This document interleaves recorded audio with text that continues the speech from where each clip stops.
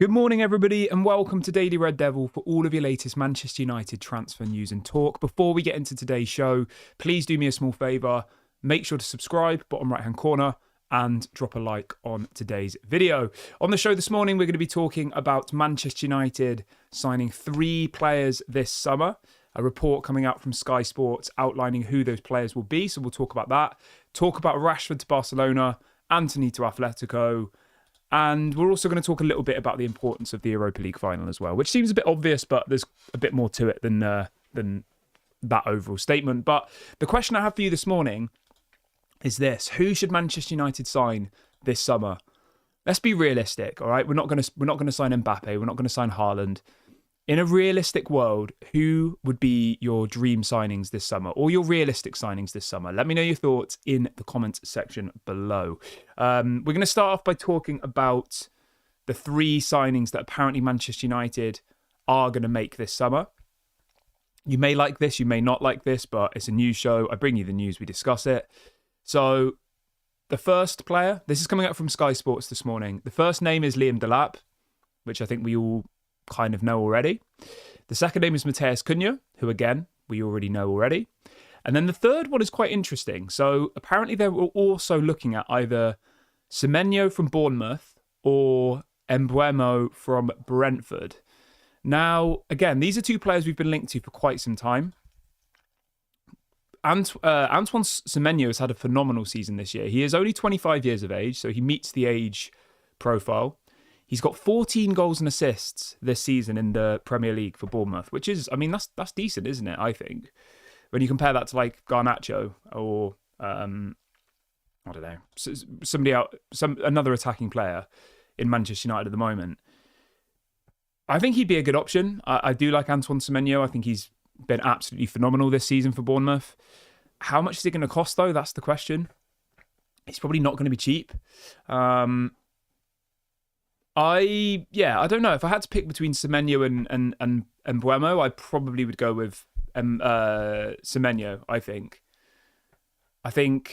he's a little bit younger, a little bit more versatile. Obviously, Semenyo can play as a left-sided winger, right-sided winger, and I think he has played as an attacking midfielder as well before. Whereas Mbeumo, sorry, they're both the same age. I thought Mbeumo was a bit older for some reason. Whereas Mbeumo this season, I mean, Mbeumo's stats this season are crazy. 18 goals and 7 assists. Mad. And he's only got 1 year left on his contract. I mean, realistically, either of those 2 players would be decent. Premier League proven, the correct age profile. I didn't realise that. That's actually mad. He's got 18 goals in the Premier League this season, Mbeumo. That's actually phenomenal, isn't it? Wow. And with only 1 year left on his contract, there may be an opportunity there. Last season he got 9 goals in the Premier League, so maybe this. I don't think he's a one-season wonder, but yeah, that is incredible. Fair play to Mbeumo to be producing that level of return is phenomenal. So fair play to him. So those are the kind of, well, Liam Delap and Matheus Cunha seem to be like 100% at this point. And then the other ones are in between the 2. So in relation to budgets and money, Matheus Cunha is going to be about 60 million. Liam Delap apparently has a release clause of around 25. So that's 85 for those 2. And then I reckon Semenyo and Mbeumo will be around 40. So that's 125 million for those 3 players, right? Then if you look at the outgoings, you've got Rashford for around 40. I think we'll get around 40 for Antony, to be honest. He's been absolutely phenomenal for Real Betis. I think 40 million for Antony would be about right. So 40 for Antony, 40 for Rashford. Obviously, Eriksen's leaving. That's 150 grand off the wage bill. Lindelof's leaving. That's another 150 grand off the wage bill.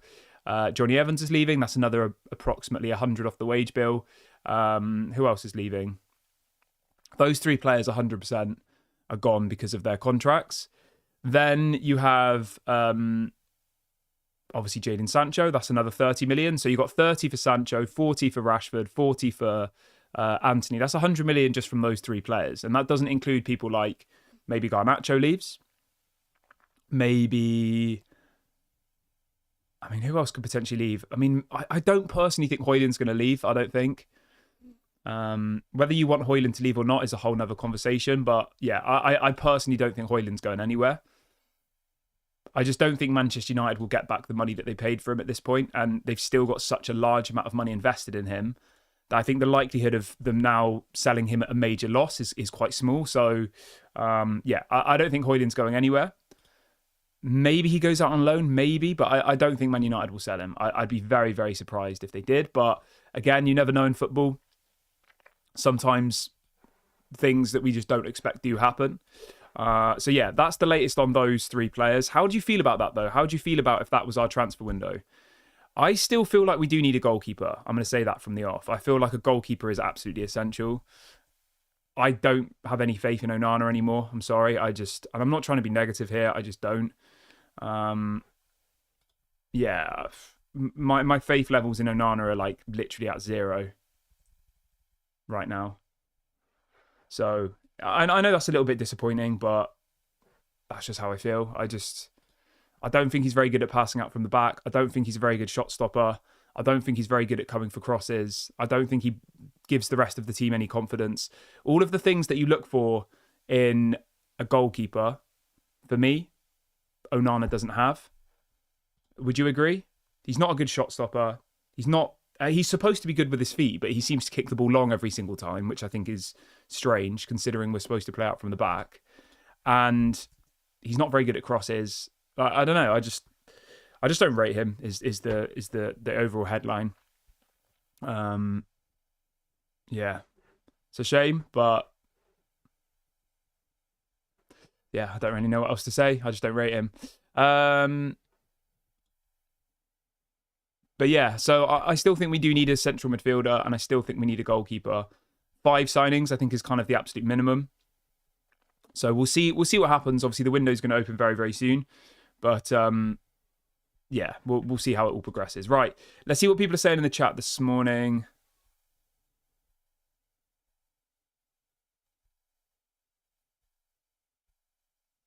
Somebody saying sell Evans and Lindelof. Their contracts are both expiring, mate, so we won't get any money for Evans and Lindelof. We won't get any money for Eriksen either because his contract's expired. So Eriksen, Lindelof and Evans will leave, but we won't get any money for them. We just won't have to pay their wages anymore. Whereas Sancho, Rashford and Antony, we will get money for. Obviously, Chelsea have, I think it's a 30 million buy option for Sancho. Rashford, I think, has a 40 million option. And Antony we'll talk about now. So apparently Athletico Madrid want to sign Antony. Obviously Real Betis want to sign him as well, but apparently don't have the money, which I think is a little bit strange because it looks like Real Betis are going to get Champions League football. When Antony joined Real Betis in January on loan, they were 10th in the Liga. They're now, I think, 5th. And it looks like they will get Champions League football. So I don't really understand this logic of how they don't have any money, because how much money do you get for getting into the Champions League? Let's have a look. How much do teams get for getting into... So for getting into the Champions League, you get a minimum of £15.7 million, minimum. And then obviously, the further you progress through the competition, you get more. So I don't really understand this whole logic. If they were 10th before, and he's effectively got them Champions League football, and he's got them to a Conference League final, how can they still not have any money to buy him? I don't really get it. And I think it is just a play by them. They probably do want to sign him desperately. But really what they want to do is they want Manchester United to loan him again, which would, if we loan Antony out again, that is absolutely ridiculous, because the likelihood is we'll loan out Antony again, he'll be awful next season, and then he'll be worth nothing. Like, we need to sell Antony right now. He's been phenomenal. He scored a free kick the other day, didn't he, against Fiorentina? Yeah, and it looks like Real Betis will get Champions League football. They're doing so well, Real Betis. They're one of the informed teams. There's only 4 games left in La Liga, and let's have a look. See who they've got left to play. But yeah, apparently Atletico Madrid are circling for him, so hopefully we get a bit of a bidding war on our hands, and hopefully we get the money that we need for Antony. I think at least 40 million is kind of required to to make the books work. Let's have a look. So who have Real Betis got left to play? I guess the question as well is, like, would Antony want to stay at Real Betis permanently? I don't know. I assume he probably has higher expectations. So Real Betis have still got to play Athletico Madrid away from home, which will obviously be difficult.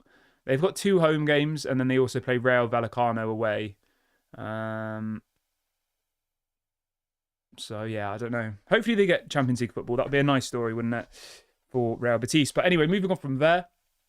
The next story we've got for you is about Marcus Rashford. The story about Rashford this morning is that apparently Barcelona are intensifying their interest in Marcus Rashford. I mean, that's great. Amazing. Yeah, realistically, we need to move Marcus Rashford on. I think everyone agrees with that at this point. Like, the Marcus Rashford story at Manchester United is over, I think. He definitely shouldn't be coming back. 100%. So, yeah, hopefully... hopefully we get the money we deserve for Rashford. It should be at least 40 million. So, we'll see. We'll see how it progresses. I think 40 million would be...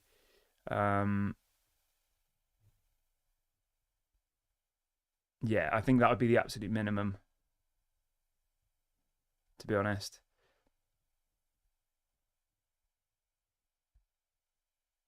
Right, let's see what else people are saying in the chat this morning. Melchett says Antony wants to stay at Betis.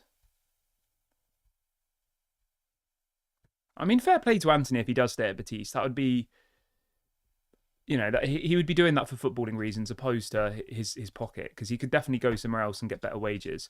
That's the only thing which I think would be the problem with Real Betis signing him.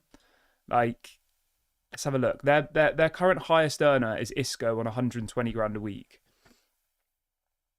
So, yeah, I don't know. I mean, maybe they can afford Antony's wages. I don't know.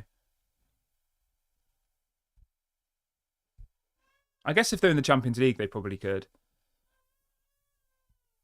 But, yeah. Anyway, I'm going to wrap the video up here, guys. Just a short one this morning, bringing you all of the latest news on Manchester United. I will be back tomorrow morning. Transfer window is coming around very, very close. Obviously, the channel will intensify once the transfer window opens. There'll be loads of videos, loads of content. At the moment, it's kind of just that bubbling pot. We're all waiting for that Europa League final, aren't we? Do me a favour. Make sure to like the video, subscribe, drop a comment. I will be back tomorrow. Have a great day, everybody. And I'll speak to you all tomorrow morning. Bye for now.